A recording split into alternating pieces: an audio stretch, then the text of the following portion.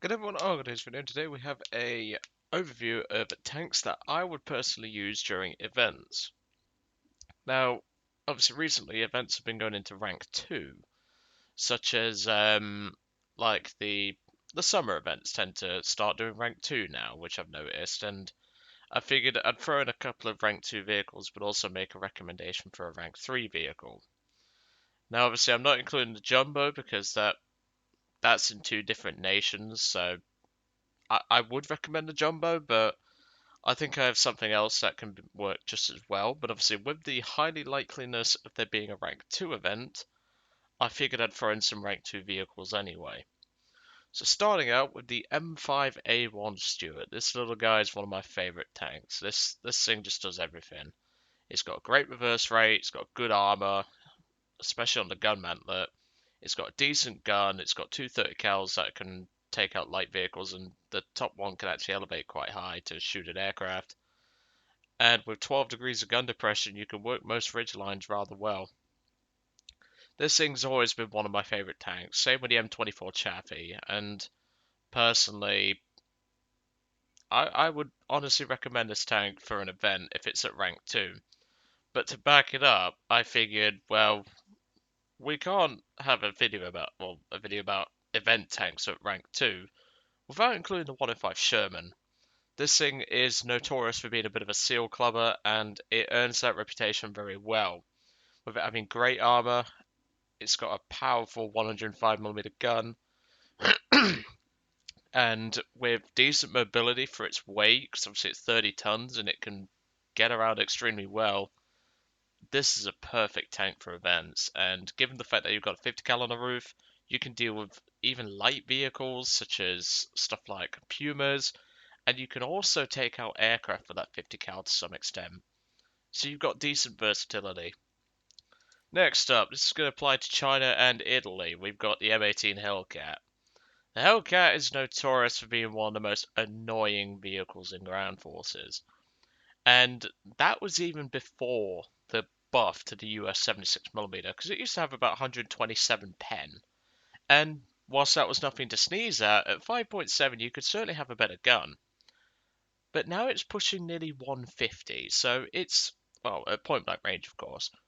But that penetration improvement has more than helped out, and with me recently spaded well, I've recently spaded the M18 in Italy, and I'm currently working on the Firefly. It is a great vehicle, and I've missed driving a Hellcat, let's put it that way, and this vehicle is simply incredible for that job. Obviously, I'm not going to be recommending lineups that you should use for this sort of thing, but if you want to see something like that, please do let me know.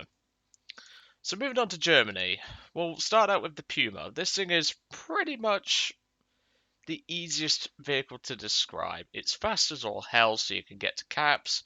It's got a decent gun to take out most of the enemies that you'll see. And what can I say? It's a very good all-round vehicle.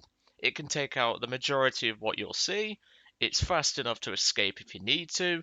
And with the reverse speed being the same as the forward speed, it certainly can move. And with it having a top end of 56, it's pretty good. I have to admit that. The Puma is certainly one of my favorite armored cars, but obviously I suspect that we're going to be having more German armored cars coming in the future, as well as armored cars for other nations. But of course, I can't go into this and not include the Puma, otherwise Bertie would have an aneurysm. Yeah, because he tends to have an aneurysm. I'm not even going to attempt to pronounce some of the German names of these vehicles, trust me. But of course, we're moving on to the next tank, which is the Panzer IV F2. And, well, the Panzer IV F2 is notorious for being a bit of a stat padder's dream. Now, it is a glass cannon, but it's a bloody good glass cannon. And not only does Bertie love this tank, but Derp Angel does as well, even when he can only get on Warthog every so often due to his PC being crap, because trust me, I've seen his specs. But if Derp Angel does come online, chances are you're going to see him in this or something else. He loves this tank, and he even calls it a nickname called Buster, because the long 75 on this will crack anything at this tier, and it's simply an incredible gun for the BR range, and I do love the German 75mm, although I prefer the Panther's 75mm because, well, more penetration, and it like the Panther's gun is just more reliable, especially when you get into the 4.7 range and 5.3 range. And no, I'm not mentioning the Panther D. That thing is just, oh, that thing caused a shitstorm in the Discord server, and let's put it lightly. Next tank, Panzer IV-G. Not really need. This thing doesn't really need an introduction either. 4.0 has a great lineup to back it up, such as the German Churchill, the German T-34, or if you can't get those vehicles, you have the Panzer IV F2, you have the Puma, you have the Panzer IV H, also no, not the H, the J, and there's so much more you can back it up with, like a Stug or a Flak Boss. And with this tank being able to pull its weight just fine with its 75mm, same as Buster, it's an incredible tank. And with the improved front armor on the hull, you might just bounce a shot that you don't think you'll bounce. This thing's got surprisingly good armor for a Panzer, although you do have to watch the turret front, because the turret front doesn't change. And finally, I can't forget about a tank for events without including the Panzer IV 70V. This thing is one of my favourite tank destroyers. It combines incredible front armor for what it is, the Panther 75mm, and a trollish gun mantlet, which even the 122 for the Russians will think twice about. And given that it's got good mobility, although they nerfed it a couple of patches ago, it's still pretty good at getting to positions, and with the front armor being the way it is, it can take some shots extremely well. Okay, on to USSR. Now this one's going to be a bit different. As I always say in these videos, I try to leave out premiums, but in this case I'm going to have to resort to that. And what better way than by trusty KV-1 ZIS-5. As you can tell, this thing is pretty much ready to go in terms of event grinding, because I've covered up the driver's port with a jerry can, and I've covered up the MG port, which actually isn't a weak spot, so I might have to move that one now, because the weak spot, or the so-called weak spot, is actually not a weak spot on this tank. But as you can tell, if you cover the front of the turret up with a couple of jerry cans and make the enemy player confused, they might just hit the side of your turret or hit the mantlet, which is double layered. So you've got a good chance of taking a shot. Now, at 4.3, this tank does meet the dreaded Panther and the Panzer IV 70, so you're not going to be able to lol pen them. But this thing's mobility for a heavy tank is actually rather surprising. And the armor, if you angle it, can take some punishment, even from the 75mm for the Germans, unless they aim properly. And that's why I recommend this tank. It is incredibly good, it's got good mobility and incredible lineup to back it up as well. And speaking of lineup, the T-34-57. This is one of the few tanks that Harry likes, because, well, point and click. What do I really need to say? This thing's got decent armor, although the turret front is a bit weak. The gun will practically go through anything, and what more can I say? It's just a really good tank, and obviously the premium is perfect to pick up as well. And, well, why the hell not? I mean, who wouldn't want to use this tank? Now, this one may not apply to some, which is why I've included the T126. This is the BT7F32. I think this is one of the Winter Chronicles vehicles, or like the Summer Event vehicles. I think it was summer 2019 when this vehicle came in. And I've had this vehicle for a while, and I have to admit, this is one of my favorite little light tanks. If I need a scouting mission done at rank 2, or if I need to take out a certain type of vehicle like light or medium, chances are I'm using this thing because it's just so good. You get the BT7 mobility, you get the Ponji 76mm gun of the KV-1B from the German tech tree, and also the KV-1E premium pack that you can't get anymore. And, well, it's an incredible tank. I mean, yeah, it's got no armor, but this thing can't get hull broken from what I remember, because last time I took it out, I didn't get hull broken once, and I was just bouncing shots left, right, and centre because they just go straight through the tank and do no damage. It's an incredible tank, but obviously not everyone owns it, so that's why I'm including another tank, the T126. Now, if you don't want to spend money on this game, which I honestly won't blame you, I actually included a joke there somewhere, there is the T50, which will do this thing's job, but just a little worse. The T126 is a chunky boy, but at the same time, it's a tough hunt. If you haven't watched my combo request of the T126 and the IL-2, you'll see just what this thing can bounce. It's incredible how much damage this thing can absorb. It does have its weak spot, as I said, on the front of the turret and also the turret ring, but once you get this thing angled, and you keep your turret angled as well if you don't need to fire at an opponent, this thing is surprisingly strong, and even makes the T-34 blush. So there you go. It's pretty incredible what you can get up to in this tank. Next up, we have Great Britain. And we're starting out with the Crusader 3, one of my favourite little light tanks for scouting missions, and with a punchy 6-pounder, you're going to be going through practically anything that you see. It's fast enough to get into position, it's got a good gun, good turret traverse, not very good armour, but obviously that is the British mentality of cruiser tanks. But you get 50 smoke grenades. What more can I say? If you just want to make everyone's FPS drop like a stone, you're more than welcome. This thing will definitely do that for you. And given the fact that it's also got a decent 2.7 lineup to back it up, what more can I say? And now onto one of my favourite medium tanks, which I've been seeing a lot of these lately in my Italian M18 and also my Firefly. This is the Comet 1. The Comet is basically what happens when you take a Cromwell and soup it up. It has improved turret armor and improved gun, which some people don't actually like the gun because it's a 77mm OQF Mark II cannon. It's not the best when stock, but once you get that APDS round, it is incredible. The Comet was a well-respected tank both in real life other than its reverse rate, and is still a well-respected tank in game, such as World of Tanks, and in War Thunder because of that Sabre round. I don't think they get it in World of Tanks though, the Sabre, but the gun mantlet is really what you want to keep an eye on in this tank. As you can see, the gun mantlet is 2 layers of 102, and if you don't aim it right, there's a lot of curves which can eat up the shells, and the gun mantlet has all different types of sloping, so it's incredibly good for its turret armor if you keep it hull down. You do have to watch the commander's hatch weak spot though. Next up, another one of my favourite tank destroyers, which, as you can tell, I'm working on a skin for this thing. It's the Avenger. Now, I'm not going to make a Marvel reference here, but I could. But I think some people can work out where I'm going with that.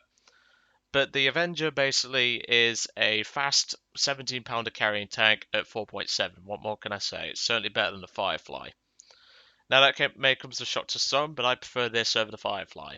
Because at least A, I actually get 10 degrees gun depression, and B, this thing is faster by a long shot. Obviously, you don't get a coax machine gun, which is a bit of a design flaw in this tank, personally speaking. But hey ho, it's 17-pounder will slice for anything. You've got the mobility to move, and you've got smoke shells. If you need to escape from an area, you've got a 7-second reload on my current crew. Slap in a smoke shell, lob it out, and off you go. Simple. On to Japan, and well, M24 Chaffee. Where do I begin? Great tank, great turret traverse. It's ironic because it's not just this nation that's going to have an American tank in it. Just wait till France or China. But the Chaffee combines great mobility, a decent lineup at 3-3, which is another vehicle that I'm throwing in here, and well, it's not bad. It's certainly got capability when you use it right. Just not a lot of people respect the Chaffee, which I personally don't see why.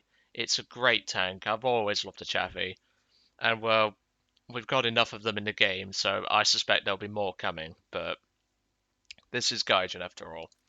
Next tank, the Nato. This may come as a surprise to some because this thing has no armor, but what it does have is a very punchy 75mm. I remember Spain in Japan 3.3, and at first I didn't actually like this thing because I drove it like an idiot. But once I got used to it, I really like this thing. It has no armor, so you're basically going to be dead from aircraft who has anything bigger than a 30 cal. But if you set this thing up right, maybe in a squad with someone providing AA cover or a fighter cover, this thing is a very punchy tank destroyer. Combining a great gun on a decently mobile chassis, it can move, and well, as you can tell, Japan has another premium in this one. Because, well, I was going to throw in something like the Cheeto, but then I realised the Cheeto's 4.7 now, and I was like, whoa! And plus it don't have a lineup to back it up either, but neither does the Chino 2, but At least the Chi Nu, you can up tier the Nato and the M24 and the Soki, so it's not a big deal. And finally, on speaking of the Chi Nu 2, the Chi Nu 2. This thing is one of my favorite premiums. I remember when this thing first came out, and I was like, hang on a minute. The regular Chino's got a good enough gun, because I think the Chino was like BL 3.0 back then, and I always used to get down tiers. And now you give me a bigger gun at 3.7? Hell yeah, I'll have that.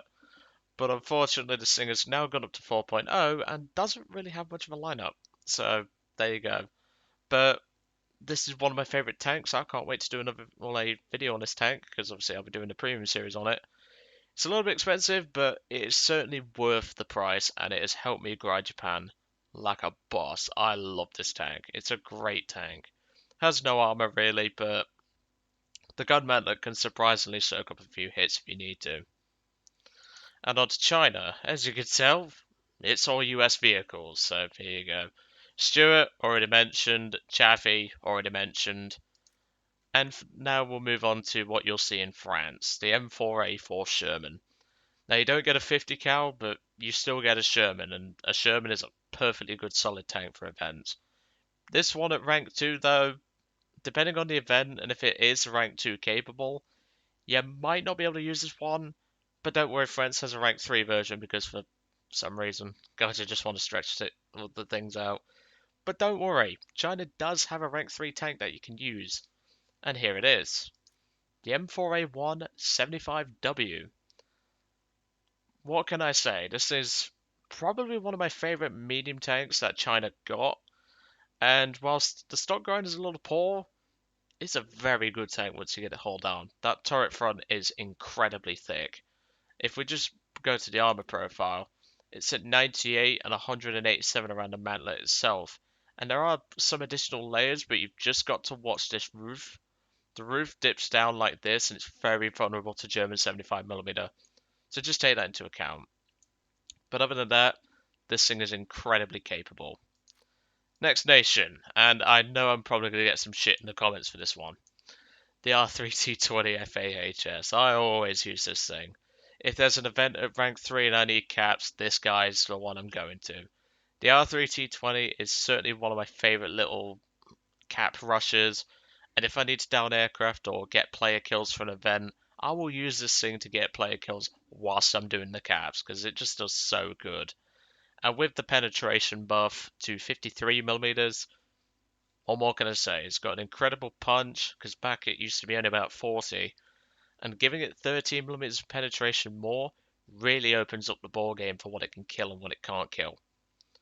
Again, for Italy, Chaffee, notice the repetition here. But then we move on to another vehicle which not a lot of people respect. The AB43, or as it's also called, the Autoblinder 43. Another armoured car that is not really respected. Pudgy 47mm, great mobility, although the reverse rate is not as good as the Pumas, but you have to make some sacrifices, don't you? It has no armour, but if you play it right, you don't really need armour. And again, this is a tank that not many people, well, I say a tank, it's more of a car.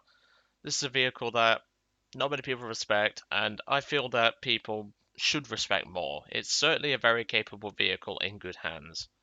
And again, for Italy, another Sherman. Oh, Jesus. Like, I don't mind Shermans in the tech tree, but bloody hellfire. Now, France changes this up a little bit with the M3A3. It's not as good as the M5 Stuart, but it's pretty close. And, well, again, great mobility. Obviously, the reverse is lacking, but it's a Stuart. What more can I say? You've then got the M4A3 105 for France as well, perfectly capable. Then you've got the AMX-13 M24's tech tree cousin with the actual AMX-13 turret, which it was meant to have. Obviously, I didn't include the premium because obviously you will have seen the review for that by now because I think I did it last week if I remember. But it's certainly a very capable vehicle, and even if you don't have the premium, this thing will do you good. I can promise you that. And as I mentioned earlier, another Sherman. Now, for Sweden, I really struggled, as you can tell. I've only got two vehicles in here. You can also combine the Saab 20 or maybe the PBKV M43 46. But as you can tell, I don't really play Sweden all that much. I don't particularly like the vehicles all that much. I mean, these PBKVs are debatable at best. The M42EH is a good tank, but you need a Spader to work. And I just lost interest in the tech tree, to be brutally honest. But the vehicles that I did play, I at least enjoyed them. And here's one of them, the PVKV2. Now, it's not got the biggest gun in the world, because obviously it's carrying the secret name of KV2, but with a 75mm that can pen an awful lot for its BR, you can do some real damage with this thing. You've got no armor on the turret, but you've got some decent armor on the hull to take some shots if you have to. Although, if someone's shooting you in the hull, they're a dumbass, is all I'll say. But it's a perfectly capable tank with 14 degrees of gun depression. You can certainly make some ridgelines work, and you've got a decent 3.7 lineup to work with, at least for aircraft, because, well, Uncle Sven. And then, of course, STRV M42EH. For this tank to work, you need it spaded, but once it's spaded, it's kind of like a Sherman, although this thing is worse than the Sherman in every aspect except mobility. But I think it's a perfectly capable tank. Some people may disagree with me, but with 15 degrees of gun depression, it can certainly work most ridge lines. However, just watch for KV1s and T-34s. This thing really struggles against those.